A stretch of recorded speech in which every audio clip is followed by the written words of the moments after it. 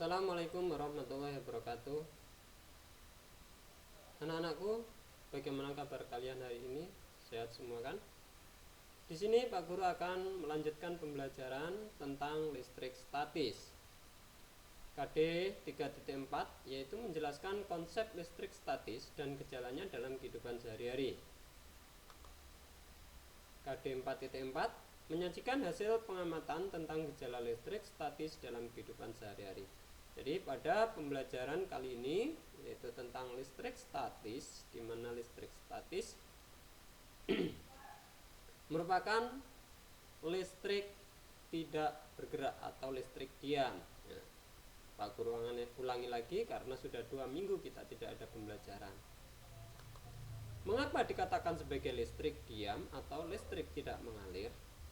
Karena pada listrik statis tidak ada arus listrik yang mengalir, ya. Karena pada listrik statis tidak ada arus listrik yang mengalir. Yang ada hanyalah perpindahan elektron. Jadi di sini yang berpindah elektron dari satu benda ke benda yang lain. Di sini tidak ada arus listrik. Nah, apa itu arus listrik? Nanti akan kita pelajari setelah bab listrik statis, yaitu pada bab listrik dinamis. Nah, sebelum kita membahas lebih jauh tentang listrik statis, kita ingat dulu materi kelas 8, yaitu tentang atom. Apa itu atom? Nah, contoh, apabila saya mempunyai sebuah benda padat. Benda padat itu partikelnya sangat rapat, tersusun rapat. Kemudian saya potong lagi, terus menerus sampai saya dapatkan potongan yang paling kecil. Maka potongan yang paling kecil ini disebut sebagai partikel. Nah, partikel inilah yang disebut dengan nama atom. Atom adalah bagian terkecil dari zat atau benda yang tidak dapat dibagi-bagi lagi. Jadi bagian yang paling kecil dari potongan suatu benda atau zat disebut dengan nama atom. Namun kenyataannya atom ini setelah dilihat dengan menggunakan mikroskop elektron, ada bagiannya yang di dalam warna merah dan biru. Ini adalah inti atom, sedangkan garis titik-titik di sebelah luar ini adalah kulit atom.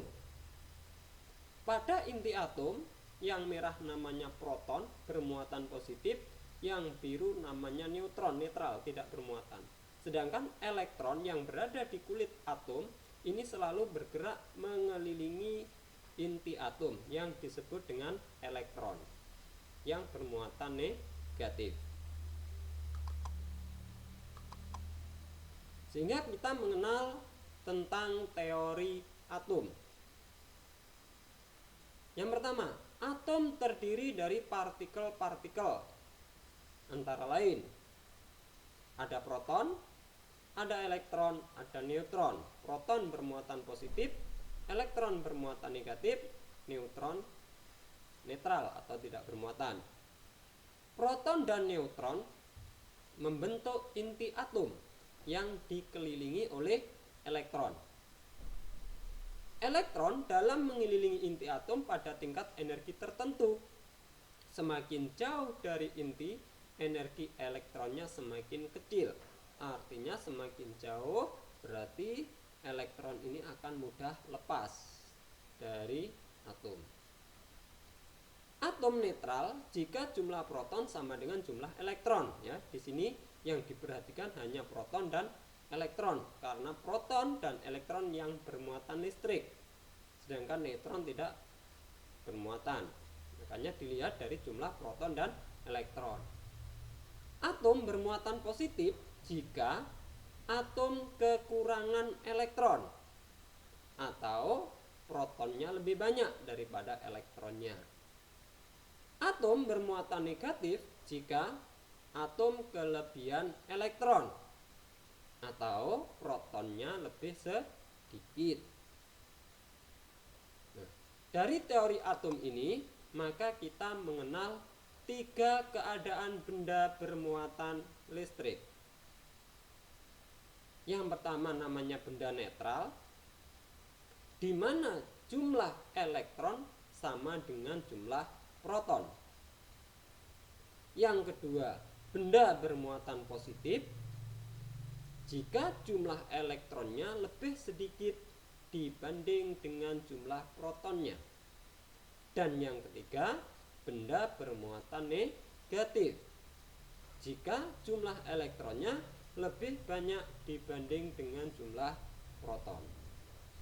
Nah, ini 3 benda bermuatan listrik. Sehingga kita akan mempelajari muatan listrik pada benda. Contoh, penggaris plastik yang digosok dengan rambut kering dapat menarik bulu ayam atau potongan kertas. Mengapa? Ya, karena penggaris plastik ini menjadi bermuatan listrik, sedangkan potongan kertas atau bulu ayam ini masih netral, sehingga bisa ditarik oleh penggaris plastik. Nah, karena kita mengenal dengan benda bermuatan listrik, maka kita bisa membuat benda bermuatan listrik. Artinya bahwa benda netral dapat dijadikan menjadi benda bermuatan listrik. Bagaimana caranya? Caranya yaitu dengan menggosokkan kedua benda tersebut. Misalkan ada penggaris plastik dan kain wol, kita gosokkan. Syaratnya gosoknya harus satu arah. Maka penggaris plastik akan menjadi bermuatan listrik negatif, sedangkan kain wol menjadi bermuatan listrik positif. Artinya bahwa elektron dari kain wol berpindah ke penggaris, sehingga kain wol menjadi kelebihan proton atau kelebihan proton. Ya, kain wol menjadi bermuatan listrik positif, sedangkan penggaris kelebihan elektron menjadi bermuatan listrik negatif. Penggaris plastik yang digosok dengan kain wol, maka penggaris plastik menjadi bermuatan listrik negatif karena elektron dari kain wol pindah ke penggaris plastik. Sekarang kita coba yang kedua, antara kaca dengan kain sutra. Dua-duanya netral, kita gosokkan. Apa yang terjadi?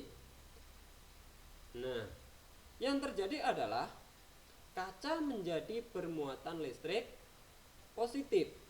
Kenapa? Karena elektron dari kaca pindah ke kain sutra, sehingga kain sutra menjadi bermuatan negatif. Ya, jadi yang awalnya kedua benda netral menjadi bermuatan listrik, tapi muatannya menjadi berlawanan. Satu bermuatan positif, yang lain bermuatan negatif. Yang bermuatan positif karena kehilangan elektron, yang bermuatan negatif karena mendapatkan tambahan elektron. Sehingga kaca yang digosok dengan kain sutra, maka kaca menjadi bermuatan listrik positif karena elektron kaca pindah ke kain sutra. Setelah kita mengenal muatan listrik, benda bermuatan listrik, maka kita akan mencoba bagaimana interaksi antara muatan listrik, yaitu antara muatan positif dengan positif, antara muatan negatif dengan negatif, ataupun antara muatan positif dan negatif. Nah, ternyata kaca dengan kaca yang sama-sama bermuatan positif setelah didekatkan saling tolak menolak. Begitu juga jika nanti antara penggaris yang bermuatan negatif dengan penggaris yang bermuatan negatif, maka juga akan terjadi tolak menolak. Sehingga dapat kita simpulkan bahwa muatan listrik sejenis bila didekatkan saling tolak menolak. Positif dengan positif tolak menolak. Negatif dengan negatif juga tolak menolak. Yang kedua, antara muatan negatif dengan positif. Jika kita dekatkan, maka terjadi saling tarik menarik atau ditarik. Sehingga dapat kita katakan bahwa muatan listrik tidak sejenis bila didekatkan saling tarik menarik.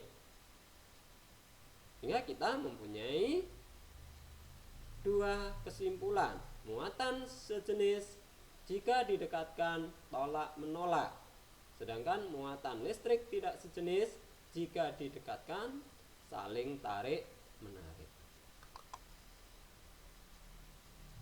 Nah, setelah kita mengetahui interaksi dua muatan listrik yang didekatkan, ada yang tolak menolak, ada yang tarik menarik, maka kita mengenal yang namanya hukum Coulomb. Mengapa kita mengenal hukum Coulomb? Karena yang menyelidiki dua muatan listrik yang didekatkan ini bernama Mr. Coulomb. Maka hukumnya disebut hukum Coulomb.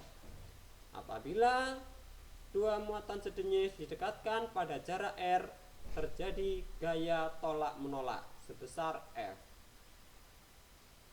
Dengan Q1 adalah besar muatan 1, Q2 besar muatan 2. Bagaimana jika muatannya tidak sejenis kita dekatkan? Jika muatannya tidak sejenis kita dekatkan, maka terjadi saling tarik menarik sebesar F juga gayanya, yang disebut dengan gaya Coulomb. Jaraknya R, Q1 adalah besar muatan 1, Q2 adalah besar muatan 2. Sehingga kita tahu bagaimana bunyi hukum Coulomb. Bunyi hukum Coulomb: besar gaya tarik menarik atau gaya tolak menolak antara dua muatan listrik sebanding atau sama dengan besar muatan masing-masing benda dan berbanding terbalik atau berkebalikan dengan kuadrat jarak antara kedua muatan.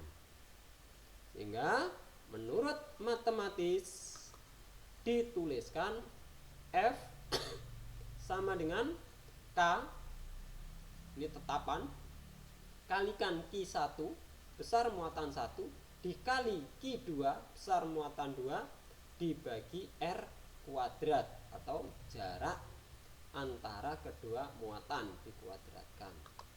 Dengan keterangan F gaya Coulomb, satuannya Newton, ya, jangan lupa satuan. Q adalah besar muatan, satuannya Coulomb, disingkat C besar. R adalah jarak, satuannya meter. Dan K adalah tetapan, yang besarnya 9 kali 10 pangkat 9 Newton meter persegi per Coulomb persegi. Contoh, dua muatan sejenis besarnya 2 kali 10 pangkat min 6 Coulomb dan 6 kali 10 pangkat min 4 Coulomb. Jika jarak kedua muatan 6 cm, berapakah besar gaya Coulomb yang dialami kedua muatan?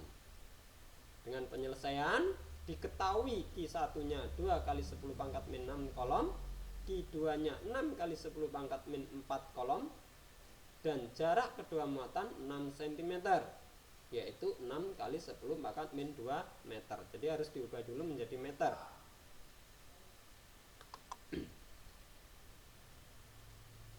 Ditanyakan besar gaya Coulomb atau FC atau F saja, sama saja. Jawab, gaya Coulomb sama dengan K kalikan Q1 kalikan Q2 dibagi R kuadrat. K nya adalah 9 kali 10 pangkat 9 kalikan 2 kali 10 pangkat min 6 dikalikan 6 kali 10 pangkat min 4 dibagi 6 kali 10 pangkat min 2 dikuadratkan. Sehingga 9 kali 10 pangkat 9 kita tulis lagi kali 2 kali 10 pangkat min 6 kali 6 kali 10 pangkat min 4 dibagi 36 kali 10 pangkat min 4. 10 pangkat min 4 nya kita coret. 36 bagi 6 6 ya 6. Kemudian 9 bagi 3 ya 9 bagi 3 berapa? Ya 3 6 bagi 3 2 dicoret habis, sehingga kita dapatkan 3 kali 10 pangkat 9 ditambah pangkat min 6 ya 10 pangkat, jadi 3 kali 10 pangkat 3 Newton. Nah ini tugasnya. Tugas ini tolong dikerjakan di buku catatan atau buku tugasnya ya.